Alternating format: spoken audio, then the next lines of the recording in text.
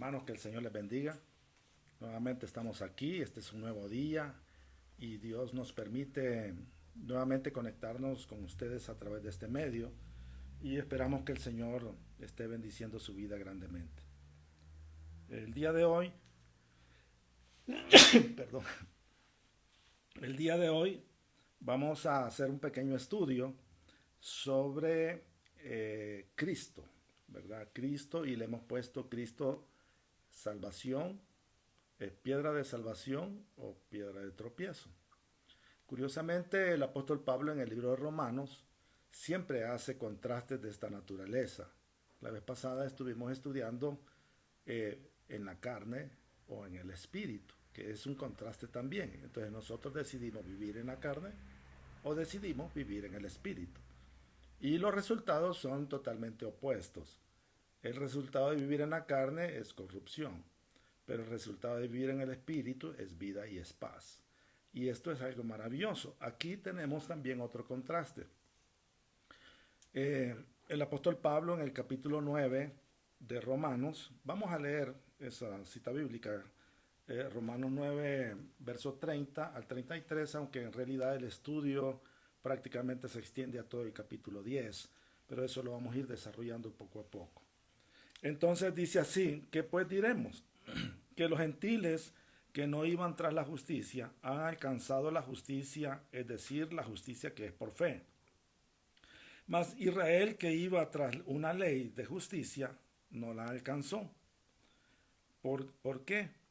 Porque iban tras ella, no por fe, sino como por obras de la ley, pues tropezaron en la piedra de tropiezo, como está escrito. He aquí pongo en Sión piedra de tropiezo y roca de caída, y el que creyere en él no será avergonzado. Bueno, vamos a hacer una pequeña oración para que Dios pueda bendecirnos en este pequeño estudio. Obviamente nuestro principal maestro es el Espíritu Santo. La Biblia dice que cuando Él venga nos va a enseñar. Y en eso estamos confiados, ¿verdad? En que Él nos enseñe. Padre, bendecimos tu nombre y te damos gracias, Señor, por darnos nuevamente la oportunidad de reunirnos a la distancia, pero estamos reunidos en tu presencia.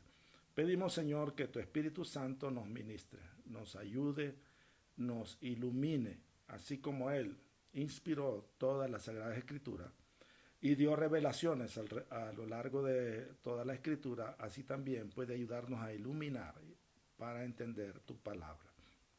Gracias te damos, Señor, porque en estos tiempos, conforme va pasando el tiempo, vamos comprendiendo todas las cosas que en la palabra están escritas, principalmente las profecías. Gracias te damos, bendícenos en el nombre de Jesús. Amén. Muy bien, esta pequeña porción bíblica de Romanos nos habla del pueblo de Israel. Curiosamente, el pueblo de Israel, a través de Abraham, Isaac y Jacob, tuvieron unas promesas y Dios hizo un pacto con ellos de bendición. Una de las cosas que recuerdo de la Escritura que dice para Abraham, dice, en ti serán benditas todas las familias de la tierra. Y hablábamos la vez pasada sobre eso, ¿verdad? Que a través del pueblo de Israel vino Cristo. Y en Cristo son benditas todas las familias de la tierra. Realmente ese todo también es relativo porque es relativo a las personas que que quieran recibir a Jesucristo como Señor y Salvador. Entonces cada persona que recibe a Cristo recibe la bendición de la salvación. En esas promesas Dios le dio a Abraham, te bendeciré y serás bendición, engrandeceré tu nombre, ¿verdad? Y ahí hay otras promesas, que el que te bendijere será bendito y el que te maldijere será maldito. Entonces, vemos nosotros que realmente el pueblo de Israel es un pueblo privilegiado. En los devocionales que estoy haciendo en el tiempo con Dios, habla de estas cosas en Deuteronomio, ¿verdad? Y Dios dice al pueblo de Israel, yo no les escogí a ustedes porque ustedes fueran lo mejor. Bueno, lo voy a decir en mis palabras, que no me puedo literalmente la escritura. Pero no los escogí porque sean lo mejor, pero los escogí porque yo tengo un pacto con sus padres, Abraham, Isaac y Jacob. Pero ustedes van a enfrentar un pueblo que es mucho más grande que ustedes, más poderoso, sus sus muros son altos hasta el cielo, las personas son súper altas, ¿verdad? Pero los van a vencer, no porque ustedes puedan, sino porque yo los voy a vencer por ustedes. Y cuando los hayan vencido, dice, no se vayan a jactar, que por mi fuerza yo lo hice y yo los vencí.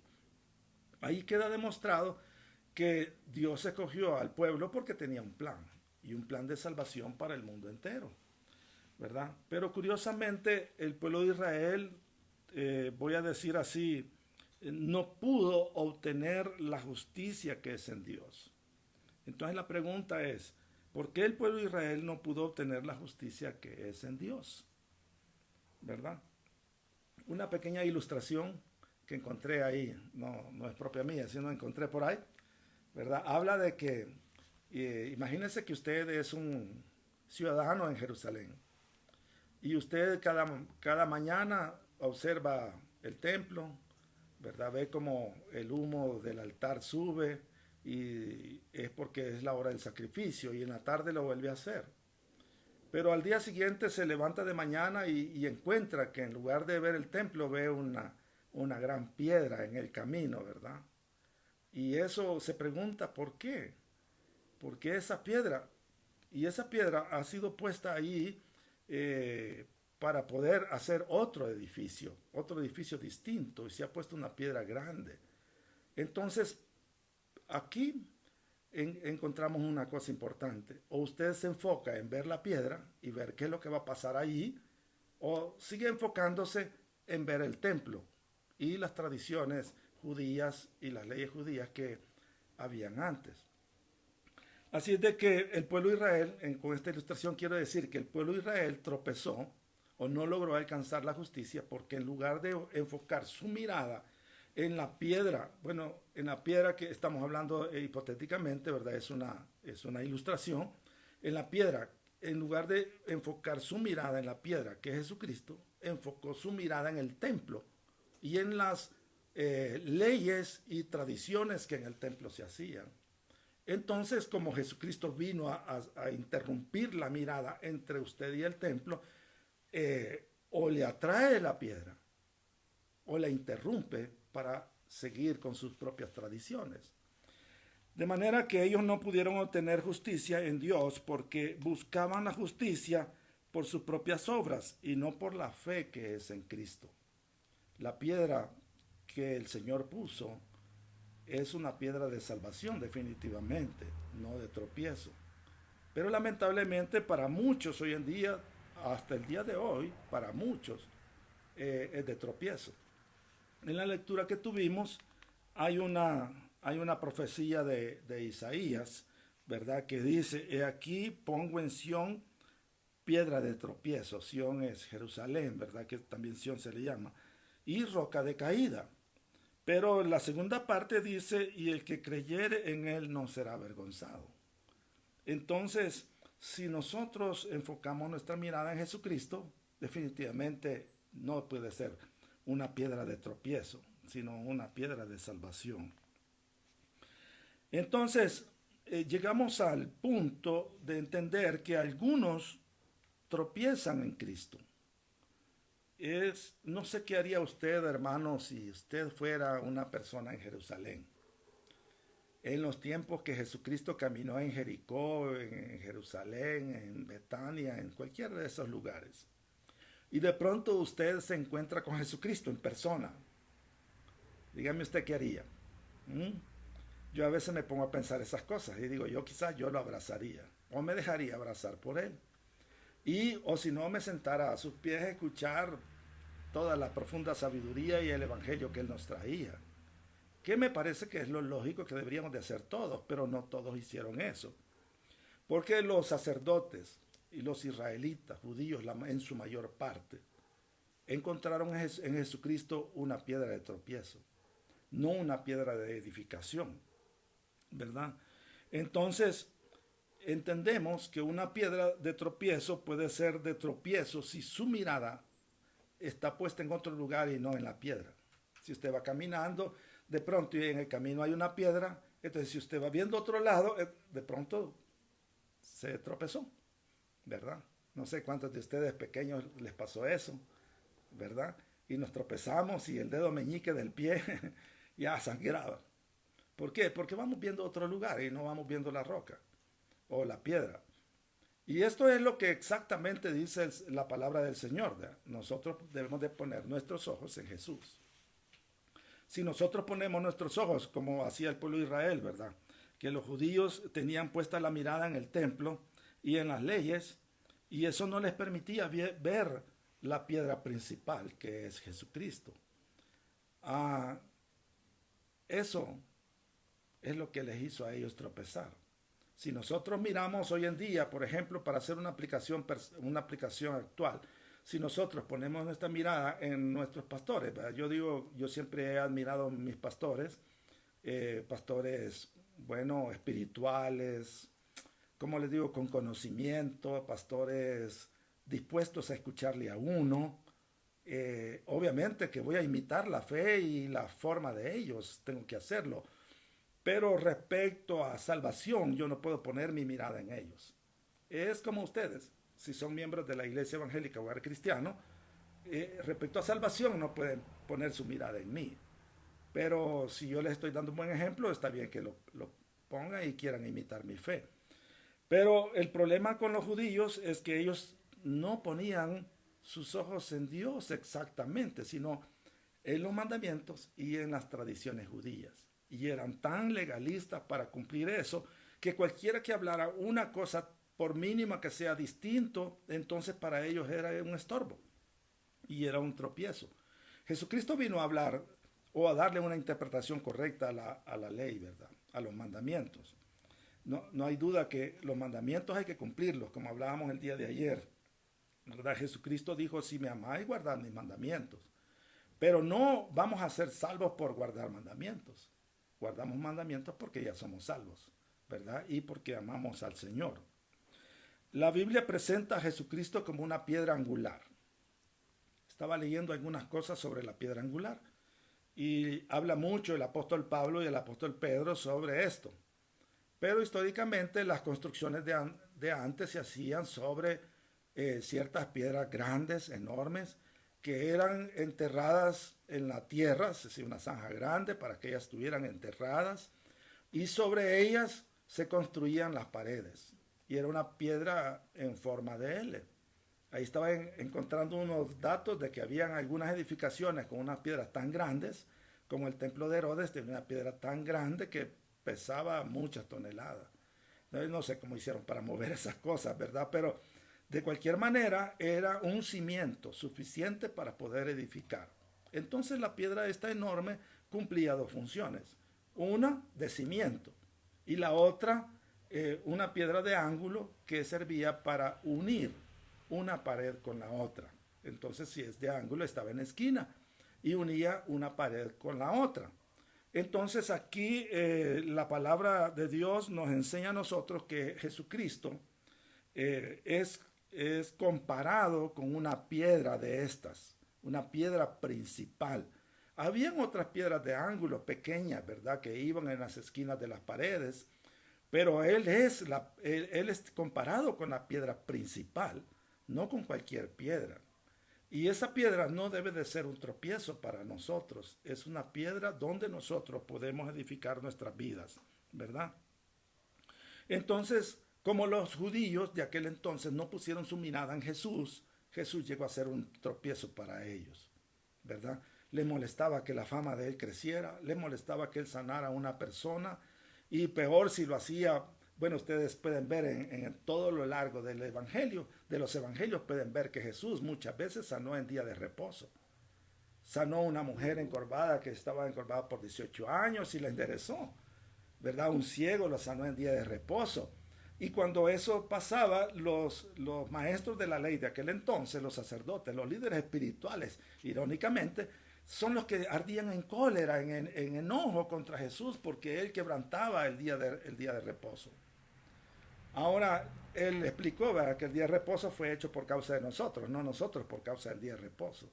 De manera que podemos hacer bien y no mal en el día de reposo. Eso lo dijo el Señor Jesucristo, ¿verdad? Si usted hubiera sido, ¿verdad?, uno de esos ciegos, uno de esos paralíticos que fue sanado en día de reposo, ese ratito que es sanado, ese ratito se olvida de todas las tradiciones y leyes. Usted lo único que va a enfocarse es en esa misericordia y compasión del Señor Jesucristo porque le ha hecho un milagro de sanidad, ¿verdad? Entonces, regresamos al punto. ¿Cristo es una piedra de salvación para usted o es una piedra de tropiezo, verdad? Y obviamente que ya hemos hablado bastante sobre esto, ¿verdad? Que la salvación no es una salvación que nosotros adquirimos um, por cumplir mandamientos. La adquirimos porque tenemos fe en el Señor Jesucristo, que Él es nuestra roca de salvación, ¿verdad? Hablamos de la palabra roca también. Pablo utiliza aquí la cita de Isaías 8:14, que dice así: entonces Él será por santuario, pero a las dos casas de Israel por piedra para tropezar, y por tropezadero para caer, y por lazo y por red al morador de Jerusalén. Entonces Pablo está usando una cita bíblica que ya existe, no está inventando nada. Ahora Dios no quería que Jesús llegase a ser un tropezadero para Israel, pero se adelanta a lo que va a acontecer porque ya conoce la reacción que el pueblo iba a tener. Entonces ahí se cumple lo que San Juan escribió en San Juan 1:11. A los suyos vino y los suyos no le recibieron, ¿verdad? Y es algo terrible, hermanos, tener al lado de uno al Salvador de la vida y no poder conseguir la salvación. Entonces podríamos decir, no estás lejos de la vida eterna, pero no estás en la vida eterna, ese es el problema. Entonces, ¿qué haría yo con Jesús si Él estuviera frente a mí? Yo entregaría mi vida a Él, como lo hemos hecho nosotros. Nosotros hemos entregado nuestra vida al Señor sin verle, ¿verdad? Algunos de ustedes, hermanos, han tenido el privilegio de tener un sueño, una visión donde ven a Jesús, ¿verdad? Cuando ven a Jesús en una visión como una persona, eso se llama una teofanía, es decir, una forma de Dios que puede soportar nuestra naturaleza humana. Entonces, si ha tenido ese privilegio, con mayor razón usted cree en el Señor. Pero nosotros creemos en el Señor por fe, no porque le hemos visto. La fe funciona cuando uno no ve las cosas, ¿verdad? Así es de que el lenguaje figurado es que Cristo es como una piedra angular para poder edificar un nuevo edificio. Ya había un edificio antiguo. Y no me refiero al templo de Jerusalén, sino Israel era como un edificio, porque era su pueblo. Pero como no entendieron la salvación por fe, entonces Dios ya tenía planificado que de ambos pueblos iba a ser uno. Es decir, del pueblo gentil y del pueblo judío, Dios iba a ser un solo pueblo. Y ese pueblo es el pueblo de Dios, los cristianos. En Efesios capítulo 2, versos 20 y 21, el apóstol Pablo dice así: edificados sobre el fundamento de los apóstoles y profetas, siendo la principal piedra del ángulo Jesucristo mismo, en quien todo el edificio, bien coordinado, va creciendo para ser un templo santo en el Señor, en quien vosotros también sois juntamente edificados para morada de Dios en el Espíritu. Es interesante esta porción bíblica del apóstol Pablo porque dice que nosotros somos edificados sobre un fundamento que ya fue puesto. Ese fundamento lo pusieron los apóstoles y los profetas. Es decir, la doctrina del Señor Jesucristo fue puesta por ellos. Y cuando hablamos de profetas, estamos hablando de los profetas del Antiguo Testamento. Ellos profetizaron sobre la venida del Señor Jesucristo. Y si no, usted vaya y estudie el libro de Isaías, ¿verdad? Que se considera el Evangelio del Antiguo Testamento. Y entonces profetizaron la venida, su nacimiento, su ministerio, su muerte, su resurrección, ellos profetizaron hasta su reino mileniario, ¿verdad? Ellos profetizaron todo sobre Jesús, entonces pusieron el fundamento. Y luego los apóstoles que conocieron en persona al Señor Jesucristo, ellos nos enseñaron a nosotros la doctrina. Sobre esa doctrina, los demás somos edificados, ¿verdad? Y dice, todo el edificio bien coordinado va creciendo para ser un templo santo. Así de que la congregación de los que creen en el Señor Jesucristo somos considerados como un templo santo donde Dios habita en ese pueblo. Y bueno, definitivamente el apóstol Pablo nos da un poco más de enseñanza cuando dice que nosotros, nuestro cuerpo, es templo y morada del Espíritu Santo. Dice también el verso 22, en quien vosotros también sois juntamente edificados para morada de Dios en el Espíritu. Y qué interesante, ¿no? Los creyentes entonces somos comparados como piedras vivas que se edifican encima de la piedra principal o la roca principal que es Jesucristo. En 1 Pedro 2, 4 al 8, ya les quiero leer aquí, dice, acercándoos a él, piedra viva, desechada ciertamente por los hombres, mas para Dios escogida y preciosa. Vosotros también como piedras vivas, sed edificados como casa espiritual y sacerdocio santo, para ofrecer sacrificios espirituales aceptables a Dios por medio de Jesucristo.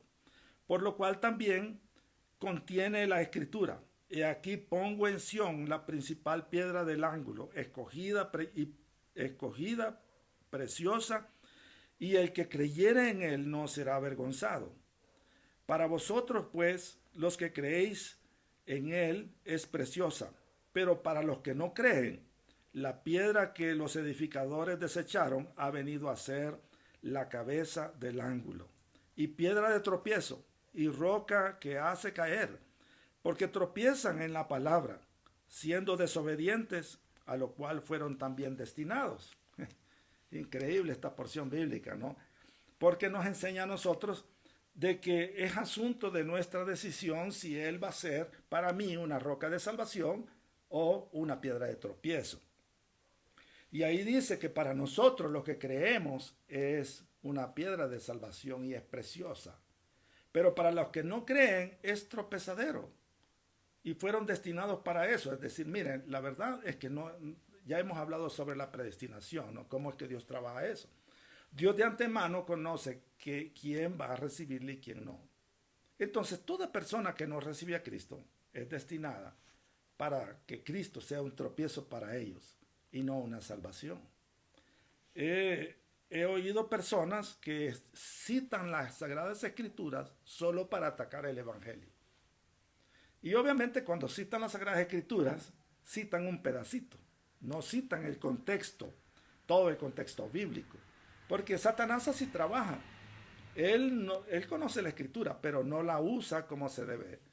Cuando él tentó a Jesucristo que se lance del pináculo del templo, dice a sus ángeles mandará para que tu pie no tropiece en piedra. Pero solo puso una porción bíblica, ¿verdad? Y no usó todo el contexto. Y Jesús le contesta que no debe de tentar a Dios. No se puede tentar a Dios. Así es de que los que rechazan a Cristo,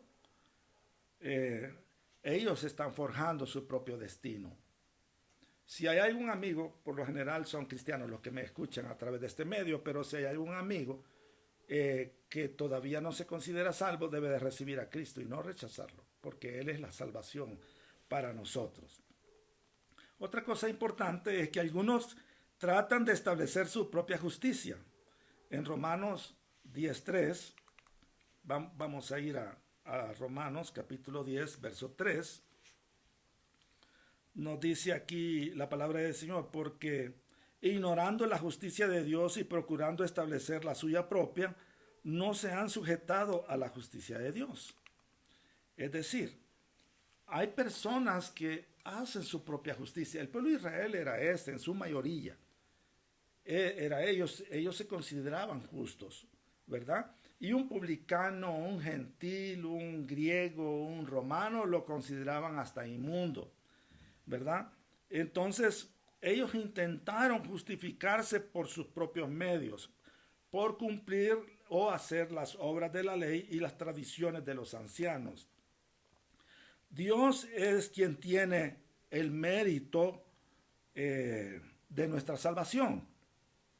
Si usted y yo hemos de ser llamados justos, no soy yo que me tengo que autollamar justo, sino Él tiene que decirme que yo soy justo.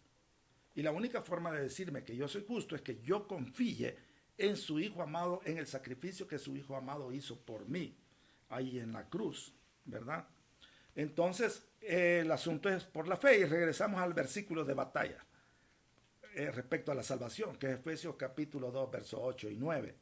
Dice, porque por gracia soy salvo, por medio de la fe, y esto no de vosotros, pues es un don de Dios, no por obras, para que nadie se gloríe. ¿Qué tal si Dios nos permitiera a nosotros ganarnos la salvación a nosotros mismos? Entonces estuviéramos en el cielo fanfarroneando, ¿verdad? Oye, ¿y tú cómo llegaste aquí al cielo? Ah, no, yo fui un misionero y estuve en casi todas partes del mundo y por eso vine al cielo. O yo tuve una mega iglesia, ¿verdad? O yo hice evangelismo por todo el mundo. O yo, bueno, fui cristiano desde bebé, fanfarroneando por todo el mundo. Y entonces, ¿dónde estaría Cristo? Dios no quiere que nosotros fanfarroneemos de nuestra salvación, porque la verdad es que no podemos salvarnos a nosotros mismos, sino Él es el único que nos puede salvar. Entonces, hay una pregunta que en evangelismo explosivo se hace para las personas si uno quiere asegurarse si es salva o no. Esto es hipotético también, ¿verdad? Si llegas al cielo y en la puerta te pregunta un ángel o el Señor, ¿por qué debo dejarte entrar al cielo? Y si la persona responde porque soy bueno, entonces quiere decir que se está queriendo salvar a sí misma. Y entonces sería rechazado. La respuesta es porque rendí mi corazón a Jesucristo y creo en Él. Definitivamente. Amén. Entonces, ellos fallaron por mirar las leyes y el templo y dejaron de ver la salvación que podían producir en el Señor Jesucristo. Eso nos enseña a nosotros la cita bíblica que leímos el día de hoy, ¿verdad? En Romanos 9, 31 y 32, donde dice que ellos procuraron su propia justicia. Una tercera cosa,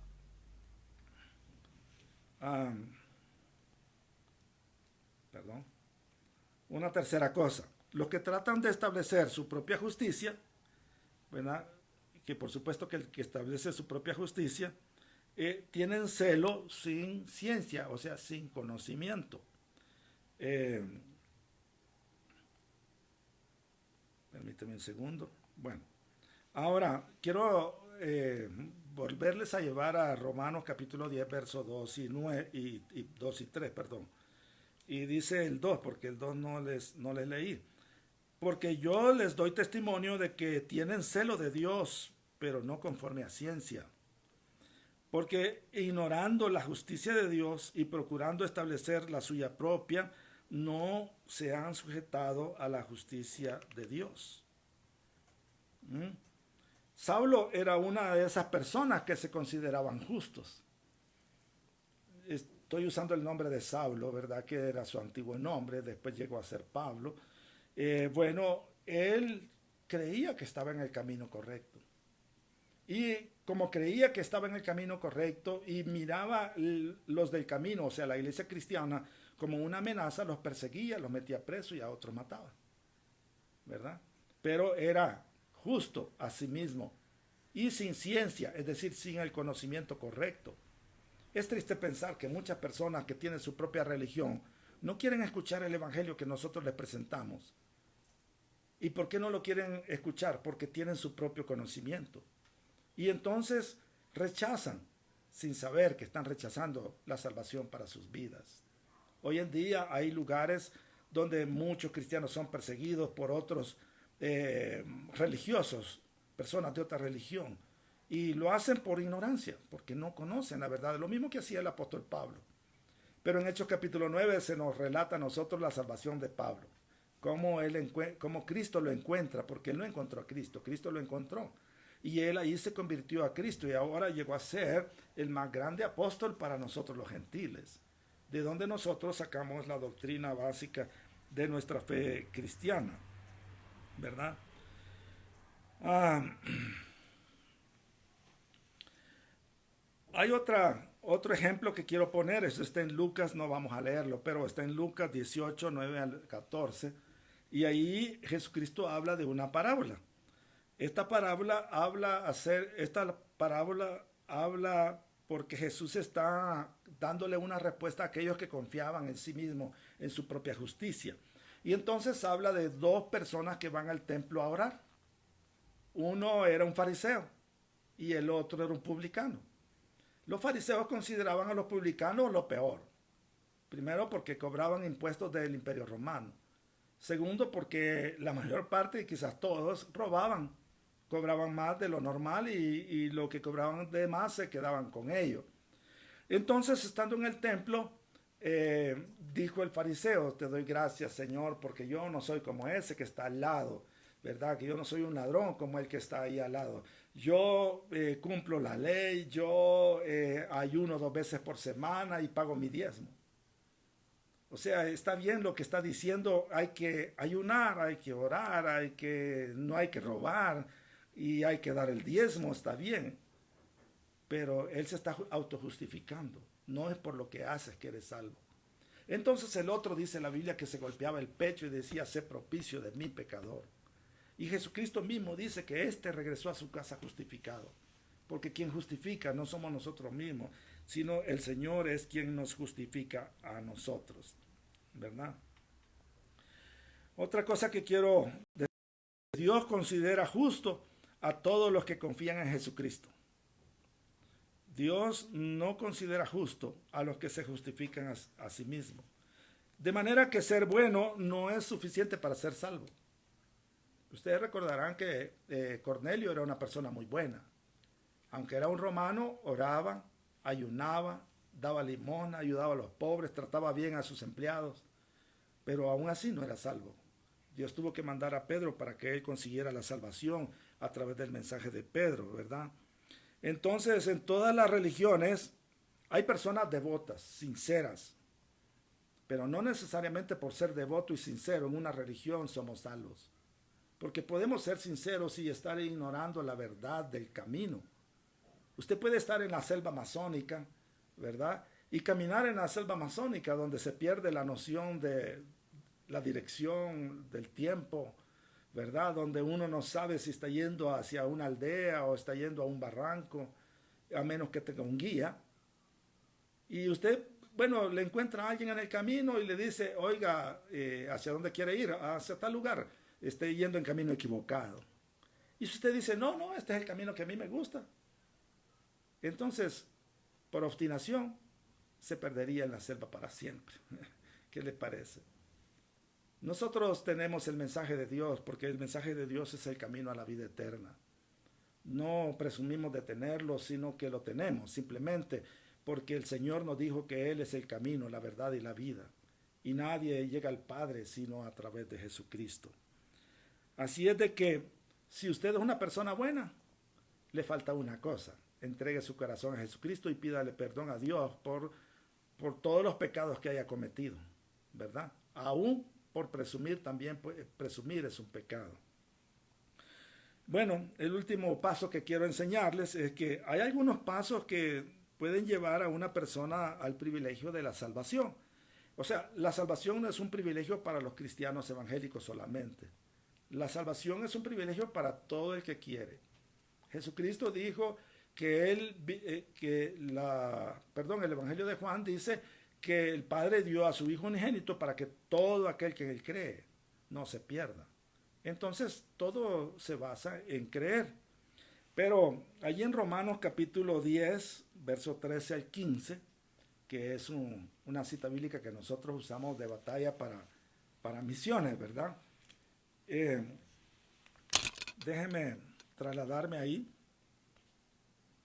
Dice así, en el verso 13, dice: porque todo aquel que invocara el nombre del Señor será salvo. Aquí no pone religión, solo dice todo aquel. ¿Cómo pues invocarán a aquel en el cual no han creído? ¿Y cómo creerán en aquel en quien no han oído? ¿Y cómo oirán sin saber quién les predique? ¿Y cómo predicarán si no fueren enviados? Como está escrito, cuán hermosos son los pies de los que anuncian la paz, de los que anuncian las buenas nuevas.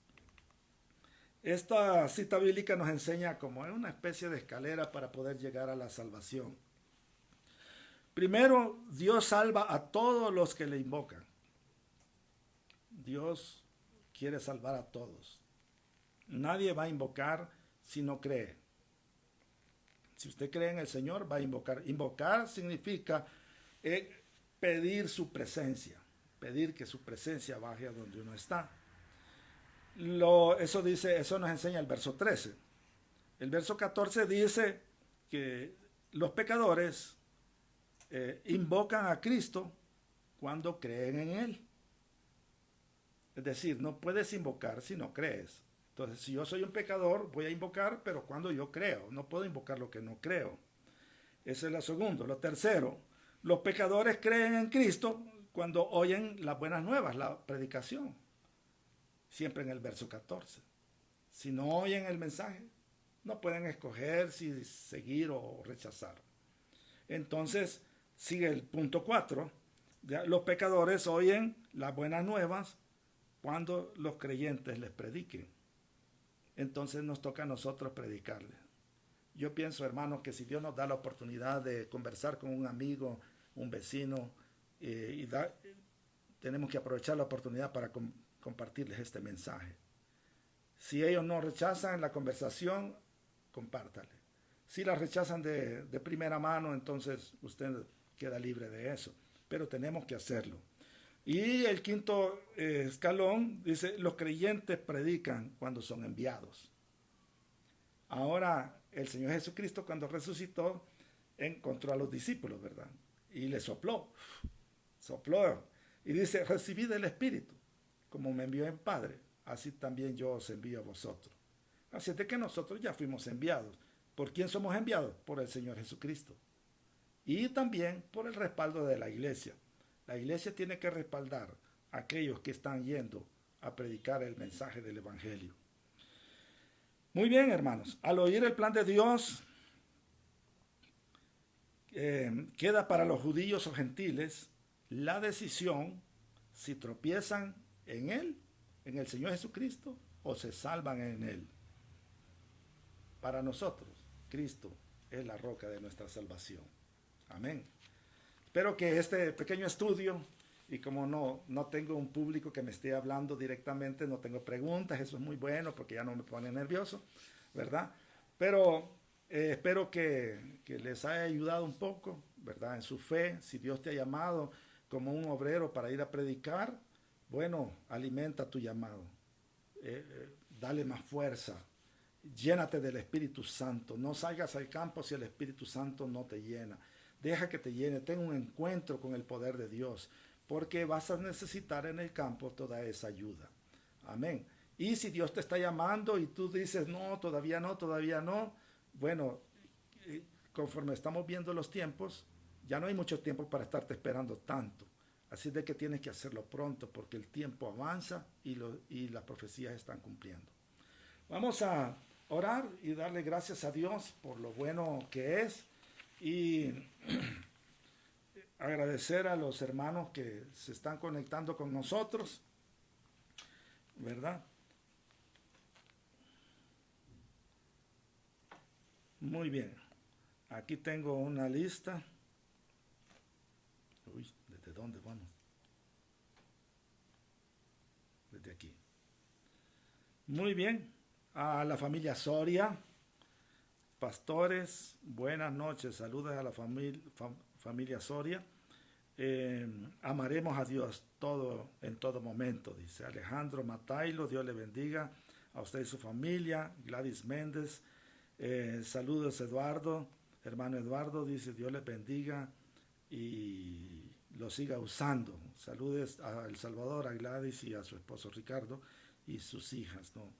Alfredo Mengíbar, nos saluda desde El Salvador.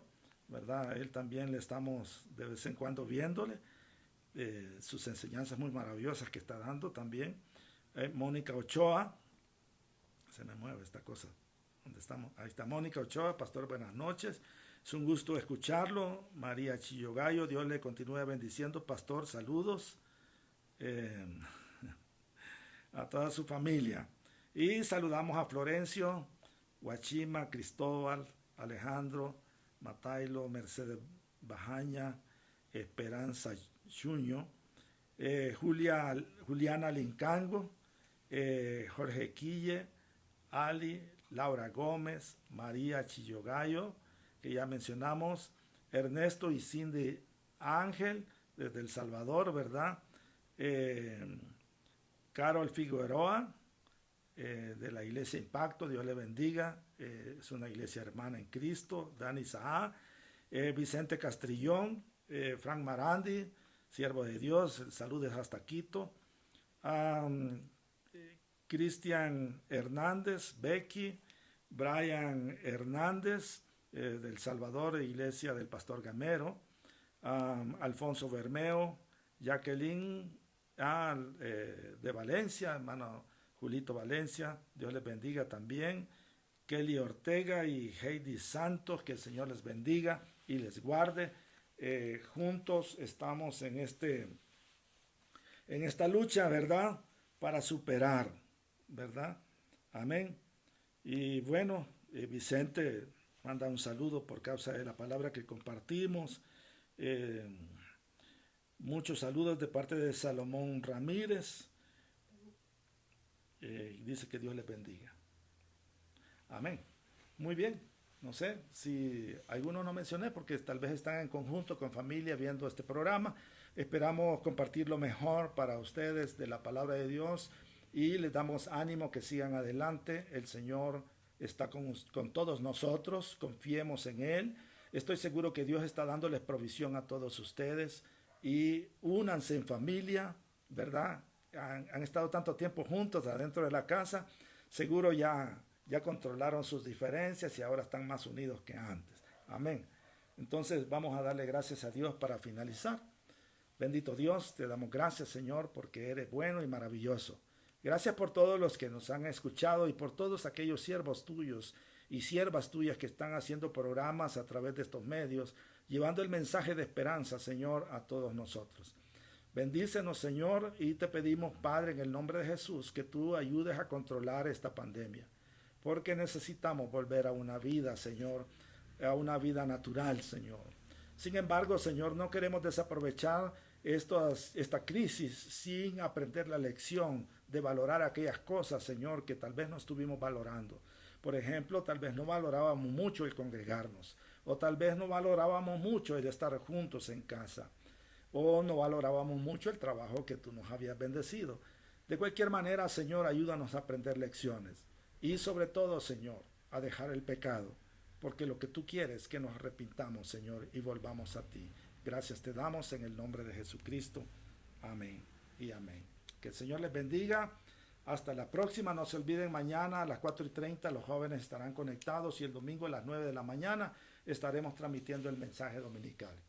Que el Señor les guarde y les bendiga. Amén.